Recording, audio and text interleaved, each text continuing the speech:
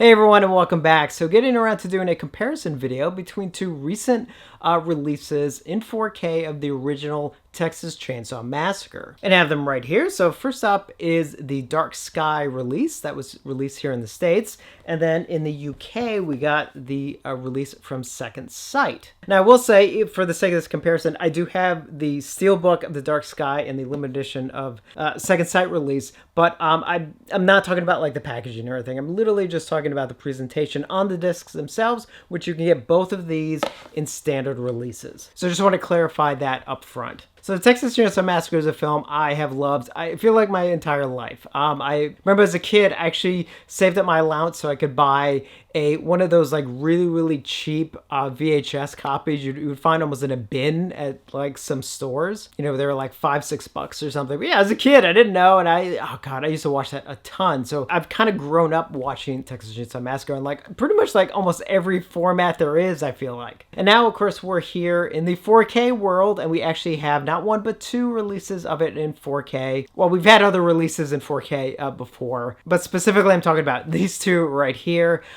So just real quick, for those of you who don't know, Texas Chain Saw Massacre was shot on 16mm film back in 1973. It was released in 74. It was shot in reversal film stock, not in a negative film stock. Now, what does that mean?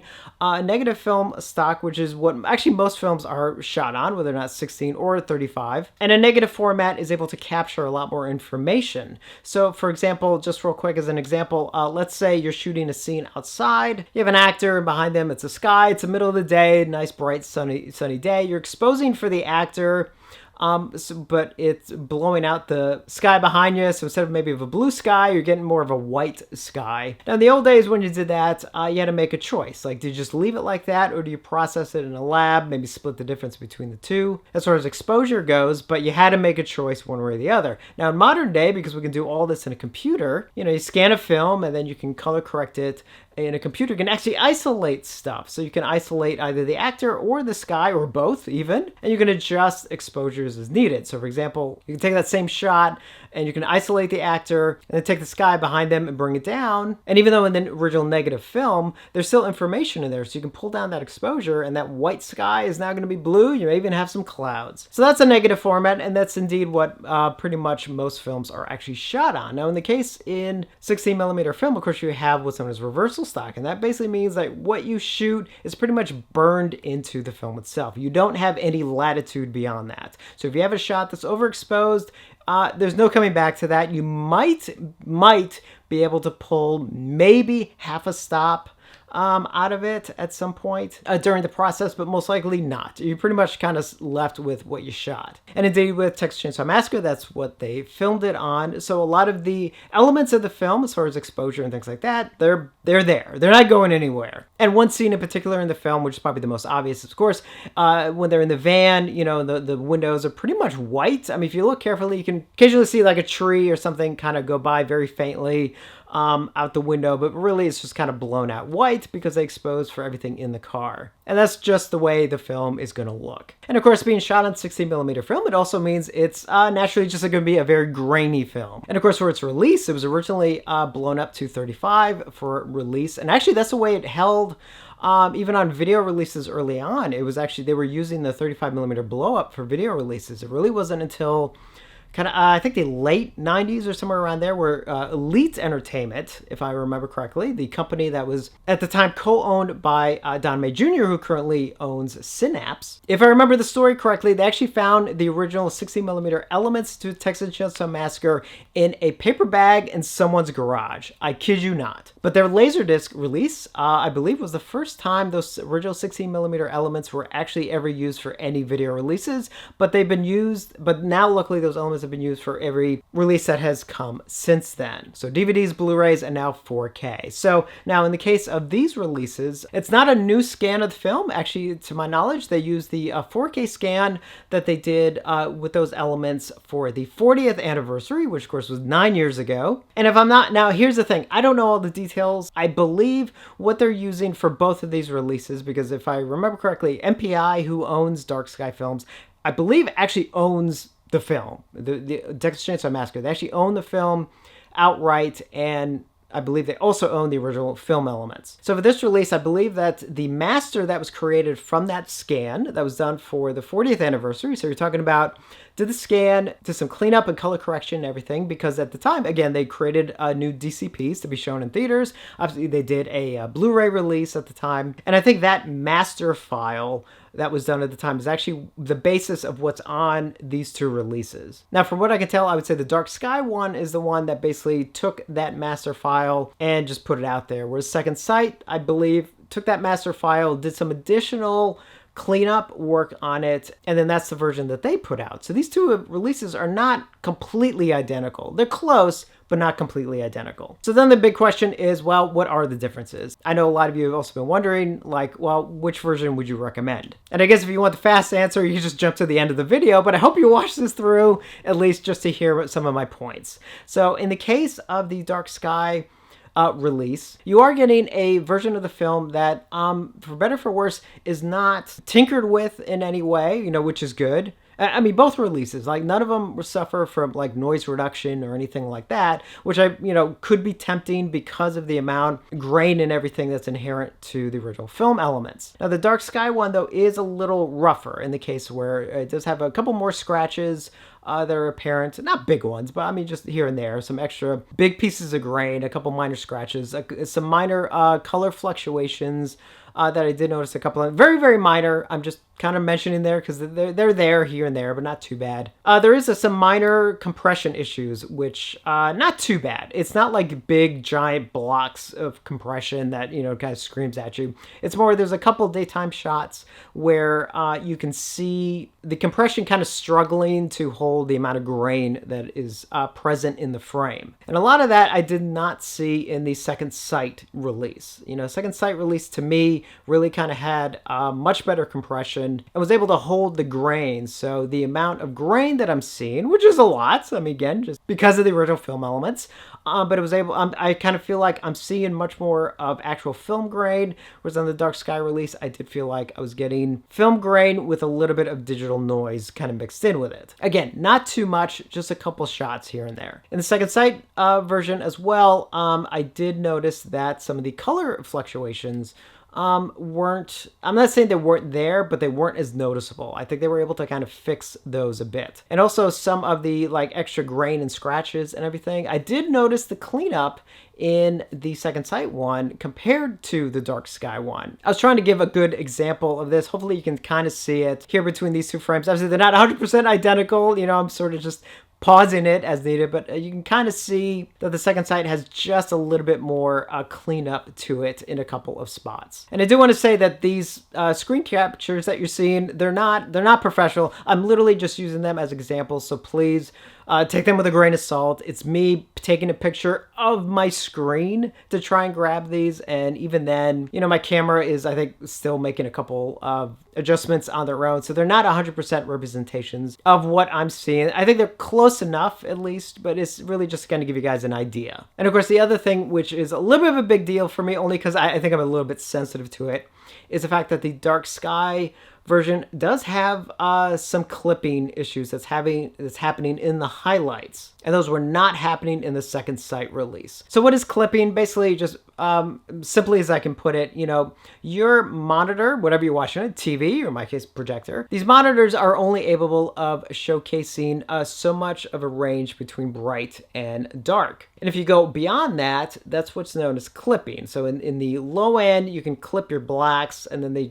you lose kind of detail in that. And then in the highlights in the white, you clip your whites, and they take on this very harsh white. It's what I would almost call it like a very harsh digital looking white. Whereas if something was just bright or blown out in the film elements or even overexposed, it may just be bright white, but it's almost like a soft white. And unfortunately, I don't think I was able to capture it too well, but if you can see in these two examples, again, I tried to capture as close as possible the same moment. Here in the clouds in the Dark Sky one, hopefully you can kind of see how the white just looks kind of off. It looks too bright, whereas the kind of softer brightness that is in the Second Sight release. And we've had a couple releases now that seem to have these clipping issues, and I really kind of feel like it's something that happens in the HDR process. I think if it's not done properly, it can then sort of lead to some clipping, and it's very much more noticeable, at least to me, in the highlights. And again, because I've worked with video so much over the years, especially in older cameras, you know, when I was first starting off, that was something we had to avoid. You know, if I was filming interviews near a window, if I was shooting outside or something, I was trying so hard to try and expose as best I could so that I could avoid getting those moments where it clips. Because once it clips, you can't do anything about it. It's just there. And it has a very harsh, kind of ugly look. So it sticks out like a sore thumb to me. Now, in the case of the Dark Sky release, the clipping is there. Is it there a lot? No, it's like moments here and there. Again, a little bit in like sky shot here and there. Some of the lights kind of have it. A couple moments where the sun is like hitting something, like little bits here and there. It's not like ruined scenes or anything like that. It just, I think because it's something that gets under my skin, it sticks out so much. And again, the second sight, because in my opinion, the second sight did indeed do the HDR pass properly, you don't have those clipping issues. So indeed, as far as the picture goes, for my sake, obviously the second sight one is definitely the one I prefer. And as far as audio goes, well, depending on what you like audio-wise, I'd say they're both pretty much identical. The only thing is the Dark Sky one actually does have 2 additional audio options, which is interesting. So both releases have the original theatrical mono mix. And it is the original mono mix. It's not a down mix of a remix, which I think was on older releases.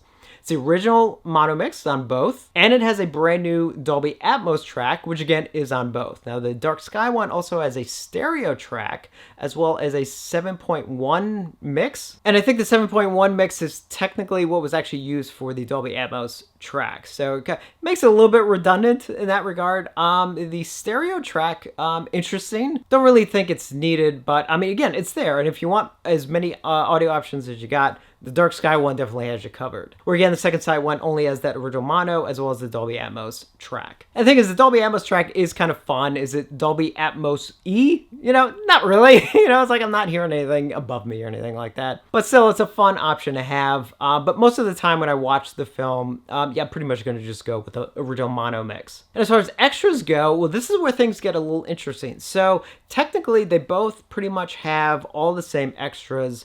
With the exception of, now I could be missing 1 or 2 things here, so just kind of bear with me, but I know for a fact there's at least one thing on the Dark Sky release that is not on the second sight, and there's one thing on the second sight release that's not on the Dark Sky release.